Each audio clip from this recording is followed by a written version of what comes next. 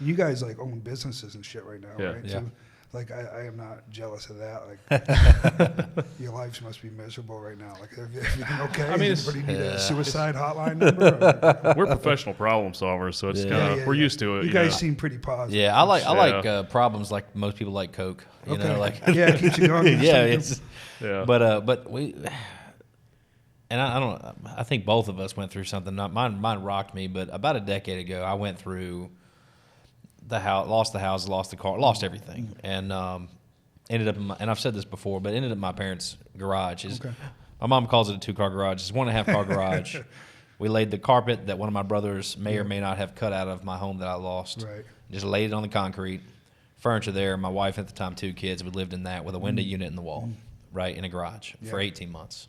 Started over. So I went through that, and because of going through that, and then that 18 months was just to get out of that garage, and then 3 years in a beautiful home, but a much more modest home, much more modest lifestyle, and delayed gratification. And then you look at this process, which is probably 10 years start to finish, to finally getting what I'll say is back comfortable, whatever that means. But I made sure, and I think he went through something. He went through a huge swing as well. And what happened is we became ultra conservative in some aspects of our the way we lifestyle, I guess. And the way we prepared. Yeah. And I knew that no matter what, I didn't want some temporary thing that happened in the economy to be able to wreck me. Yeah. And I didn't plan for this specifically. Nobody could. Nobody could. Now I know to plan for this. Sure, absolutely.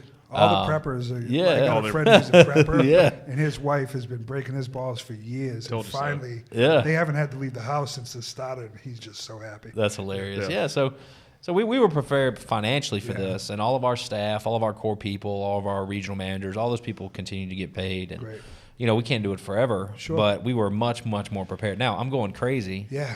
Because I like to work. We like to run 80 to 100 hours a week, and right now it's all we can do to run 35, 50. Right. Yeah. Just trying to find something to do. But it's interesting that, that you went through that like 10 years ago and whatever it is. Like, have you ever met anybody who's interested who doesn't have like a struggle? You know what I mean? Oh yeah. Like if I meet somebody and they just everything's peachy, I can't talk. They're boring. I'm done with you. Show me somebody that's successful, that doesn't have a story that that involves them failing and overcoming hardship. And you need that, I think. Yeah, man, it's part of it. Yeah, and thankfully my whole life has been that. So. Yeah, there you go, man. I worry about that with my daughter. I have a almost 4-year-old daughter. I'm like, should I just push her down occasionally or something? Or? Yeah, it's weird. Well, I mean, with my kids, yes, by the way, but with my kids, it was strange. Of course she is. We used to kick her. Right? Yeah. Oh, I love you. With my kids, I was always worried that they wouldn't. So the way that I grew up, I was abused physically, emotionally, whatever. Yeah. Didn't have enough food, all this shit, right? And then I have a bunch of kids when I'm really young. I mean, I got 4 kids. Hey. And oh, wow. You like to get it in. I had 4 kids by the time I was 22. Nice. Wow. Yeah. And so I worried when they got older that they wouldn't understand, like, the sacrifices I made for them or just getting them out of where we were. I really were, and they didn't for a long time. And I think if you're a good parent, then they shouldn't know that shit. Do you know what I mean? Like, you shelter them. But my middle son came to me like a year ago, and he went back to my hometown to visit my father, who still lives there, and he met a bunch of my family for the first time that he hadn't seen since we left. Because my kids were always kind of resentful that I moved them out of there so young. I really ripped them away from their family, but it's like, I don't want you to grow up the same way I grew up, And so they were always kind of resentful of that shit. And then he went back and he met a bunch of them, and he was like, yeah, they were all animals. And I was like, yeah. I was like, thank you. I was like, this is amazing. That's all I wanted. I wanted you to know that. You know what I mean? Yeah. So it is weird that, you can't really, your kids, on one hand, you want them to know what you did for them and where you came from, but also it's like, if they never have to deal with the shit you had to deal with, then that's the only way you really succeed. Adversity makes interesting people. Like I remember when I was a kid, I was pretty poor, and so I had some struggles, especially in school, getting picked on and stuff, and it made me creative. Yeah, I would go into my own world. I would write and have a big imagination, and it gives you ideas and makes you want to do something. Yeah. Because I didn't have that. I've never been creative until recently. Like, you never did anything with it. I don't know. I just It was didn't feel repressed. like it was Yeah. never. So many things are repressed. There was never been. I never was autistic. I just didn't do anything. That's what got me to do comedy when I was finally like, I've never done anything. I didn't do anything other than raise my kids. Really, I was a savage beast when I was a kid. I was literally a fucking animal. You know what I mean? Like I ran around and was just an animal. Yeah. And then when I got older, I was just like, and I get the health news.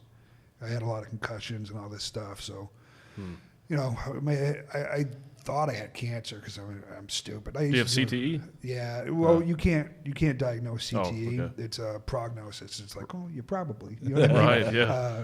Only till postmortem, and they, if you donate your brain, they can check it out and see if you have gotcha. CTE. But I had so many concussions and memory loss. So I'm very high risk for some form of dementia early in life. You know what I mean? Mm-hmm. And they told me in the next 15 years is very high, and that was 9 years ago. You know what I mean? So it's like it's fucking coming. Every time I forget something, I start freaking out. I'm like, oh shit, this is it. You know what I mean?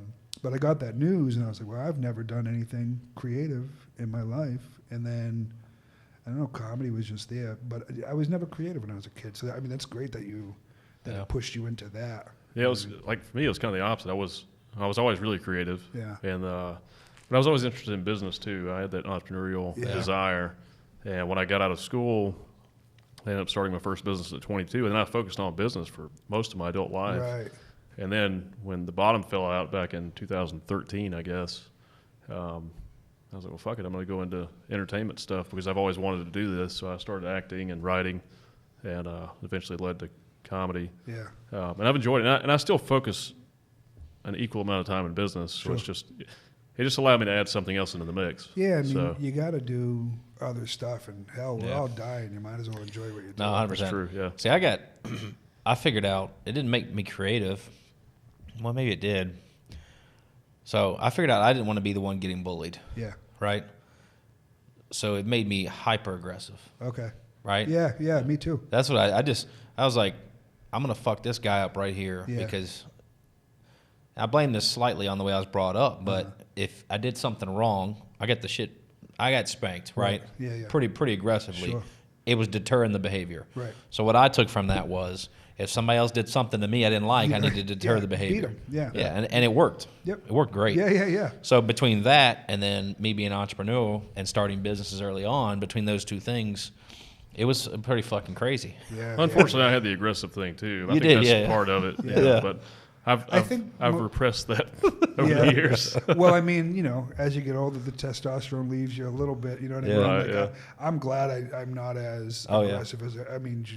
Yeah. What a piece of shit I was. I had to apologize to a lot of people actually. Oh, dude, you know what's funny is, so when I first got on Facebook and stuff, this girl I was dating introduced me to Facebook, and I get on, and I'm, you do what you do. You go back and you look for people you grew up with, this and that. And I found this one kid who I mostly bullied bullies. I was friends with most nerds and whatever, and I was just a lost kid. But every now and again, I'd just bully somebody who just didn't deserve it because I didn't know any better. Excuse me. Burped right on the mic. And, you guys are all classy leaning It's all away, good. and I'm like, We clean it every time. I bullied this kid, and because he used to walk down my street every day, and just one day, I don't know, I probably didn't have enough to eat or whatever it was. I bullied him. I got in touch with him on Facebook, and I sent him I was probably 30, 31, so this is 12 years ago, whenever. And I sent him this long, heartfelt message. I was like, hey, man, listen, I was in a rough spot as a kid. Things weren't going great for me. I didn't know what I was doing. I wasn't a fully formed human. I'm really sorry, and I apologize. I bled out my mouth and just really wanted him to know I was sorry. And he had no idea who I was, which is amazing. I mean, he's good, but I did feel horrible about it. And maybe he did know who I was, and that was just the funniest response for him to be like, I don't give a shit about Well, at least he didn't say you ruined my life. Yeah, right. I was kind of expecting that a little bit, but It is funny. I always think about, I wonder, there are people who I have memories of that have no memory of me, and I wonder who has memories of me that I have no memory of. You know what I mean? That's interesting. Yeah. Well, you wonder who you made an impact on, and so you learned more from that experience than he did, maybe, right? Yeah. Hopefully. Well, it took a long time to learn that. Yeah. I reached out to a few, and I'm not going to say any of their names, but I had several that definitely remembered me, and definitely some of the apologies were received well, I think. Sure. One specifically did really well, and we still follow each other and chat a little bit, but I had some negative ones too. Yeah. And that's part of the apology. Yeah. Is like when you do the apologizing and they don't accept it. Yeah. That's their right. That's why you're giving them that opportunity to apologize. Now you have to live with that shit of what you did, and that's why that's what teaches you not to do dumb shit. Exactly. I never really bullied anyone, but I was more of a reactive, aggressive person. Yeah. So I would defend myself, I guess. Yeah, for sure. Too. Yeah, I've always I did so much. I just did whatever the wrong thing was constantly. You know what I mean? Nobody. I had no guidance, zero guidance in my life as a child. I raised myself, and I raised my younger sister, and I did not do a good job of that. And she still turned out to be a good. Well, person. you shouldn't have had that responsibility. You did a great job. Sure. Yeah. Well, you've done well. I mean, considering most people that were in your situation wouldn't have turned out the way you did. What's funny is, I think about that a lot because of where I grew up. Such a really fucked up place to be from. And my older brother, half brother, for whatever reason, 2 weeks ago, I just got this. I don't talk to him anymore. I'm not a big fan of some things he did and this and the way he treated me and all this stuff. And I tell people about my brother all the time, and I think most people think, what brought it up is I was watching The Wire, and I don't know if you guys ever watched The Wire, but Omar is like this bad motherfucker who just robs drug dealers, and that was what my brother did. My brother was a guy who robbed drug dealers, and he did all this crazy shit. And I tell people about it, and they're like, I don't think. And so I just started Googling. And I found within 10 minutes 5 newspaper articles about him robbing drug dealers, breaking out of a prison, being arrested, dressing like a woman hiding out from the cops. All this. I'll send you links. It's crazy shit. And I try to tell people about this fucking madness that was going on when I was a kid. And I don't think people really. Understand how fucking crazy it was. You know what I mean? Especially people that haven't experienced anything close to that. Because yeah. when you tell people that we're all products of our environment, and we really are, and especially in those types of environments. Yeah. Because you've got you've got a lot of kids that grow up in really wealthy families, and they're just shitheads, and they make bad decisions, and they're ungrateful. But then you have kids like you that grew up in a really bad situation that you chose to turn out the right way. Still a shithead. I don't think I turned out the right way. I don't think I did. In your own way. Maybe. I don't know, man. Yeah. It's a tangled up fucking mess in here. You know what I mean? Yeah. I'm not going to give myself too much credit for not being a shitty person. Do you know what I mean? Yeah. But I'm also not an amazing person. Do you know what I mean? I'm not I think a lot of people would tell you I'm an asshole, piece of shit, and a lot of people would tell you I'm one of the most helpful people. I think you're a good dude, man. And the people who really know me well will tell you both of those things.